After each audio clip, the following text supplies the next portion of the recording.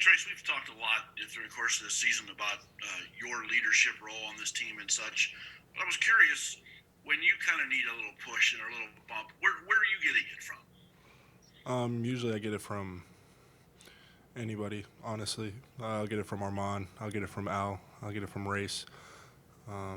We all lift each other up. I don't think there's one distinct leader on our team. I think we all help lead each other in certain areas, honestly. Alex.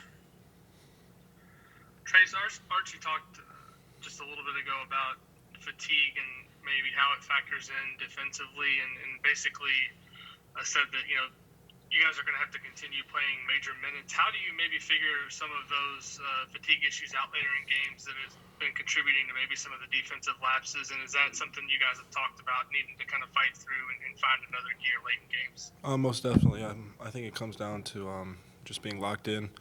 I think practice was a big key to it. We were practicing probably 2 hours and 30 minutes, and we cut that down a little bit. Focus more on just distinct things instead of just going at it and going against each other. But at the same time, we just got to be locked in, especially those last 8 minutes of the game. He's really talked about that. We've been really good. The 34 or 32-minute mark, and then the last 8 minutes is when teams start to get going and start scoring. So that's a big key for us, and make sure we're staying locked in. Alec. Hey, Trayce. Coach Miller talked a little bit about the importance of Jordan Geronimo moving forward, especially now with kind of knowing exactly what you don't have from Joey Brunk. Mm-hmm. But how has he kind of developed from the start of the season, and how can he really help you on not only the defensive end but the offensive end with the front court depth? Really with Jordan, he brings a great depth to our team. Especially in the Illinois game, you saw him get rebounds, you saw him block shots, and then get a three. So he really just brings some versatility to the 4 position, and he's long enough to help on screens and block shots. So he's a really big key for us, honestly. And then his rebounding is going to be really big for us as well. Caleb. Kind of going back to your leadership role and everything, how have you felt you've improved from where you wanted to start at the beginning of the year throughout the beginning of Big Ten play, and where do you think you still want to as a leader for this team? I lost you at the end there. You just repeat the whole question, honestly. Yeah, so early in the season, and you talked about a lot, just wanting to be a leader for this team. Where do you think you've improved the most since the beginning of the year? And then going forward, where do you still see yourself needing to improve for the team going forward? I think where I've improved a lot is honestly in the locker room. I think I have a bigger voice in the locker room, especially when things aren't going well. I'm not afraid to voice my opinion and what needs to be said. But at the same time, holding myself accountable and making mental lapses is something I need to work on. Just staying locked in 100% of the time, because if I'm going to say something to my teammate, I got to hold myself accountable for doing the right thing every time. So that's probably the biggest thing that I've been working on. Zach. Trayce kind of talked about it from a different direction just a minute ago, but you started most of last season next to Joey. I know obviously you guys work out together, kind of in the off season, away from the season. I mean, just not to be a downer, but just what do you guys miss when you don't have him? In terms of, I know Coach said it's not out of the question that he can return this year after his procedure last week, but just what do you feel like you guys miss when he's not in that rotation for you, whether it's a starter, reserve, whatever? The big thing with Joey is just the energy that he brings. He's a great teammate all the time.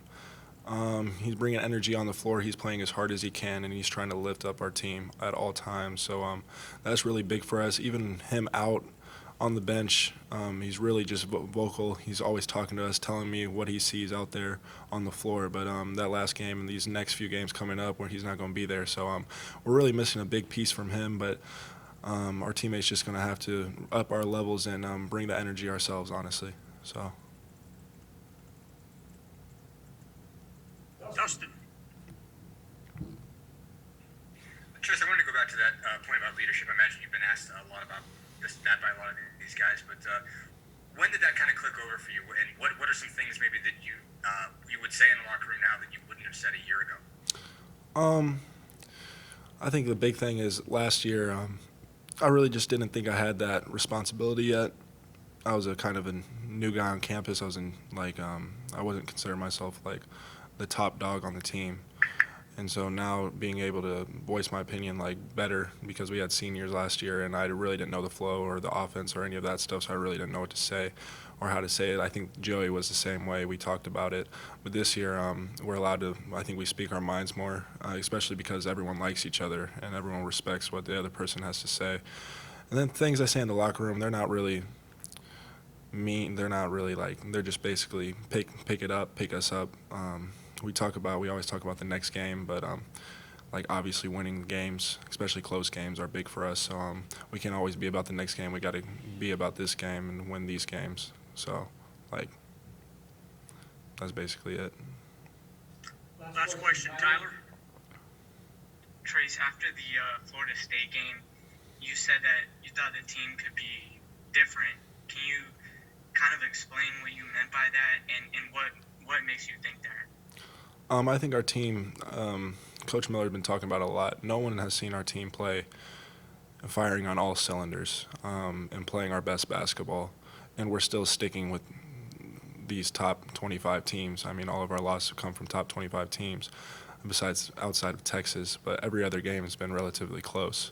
And we still haven't been able to fire on all cylinders and play our best basketball. So that's what really makes us special about us. But at the same time, that's why we need to be locked in and be engaged at all times. So that's really what I meant about this team being special, is that no one has really seen us play our best basketball yet. And so once that happens and once it starts clicking for us, I think we're going to be really tough to beat. All right, guys. Thank you much. We'll see you tomorrow.